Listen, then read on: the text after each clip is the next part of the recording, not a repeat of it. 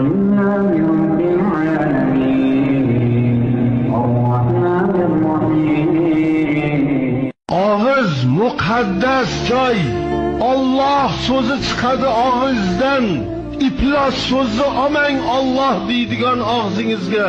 Birodarlar, buni bunday tushunib, tinday aqlga ishlatib ko'ring. Bu og'izda alhamduni o'qiysizmi?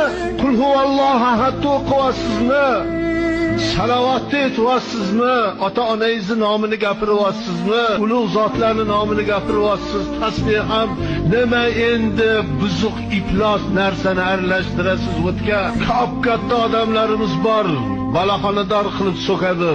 Endi bu og'izni muqaddas joy deb biling. Alhamdu sura Fotiha, sura Ixloslarni o'qigan, shularning oyatlari chiqib turgan joyga bunday iflos gaplarni aralashtirmang. Aralashtirgan bitta dovzaxini puli shu ekan.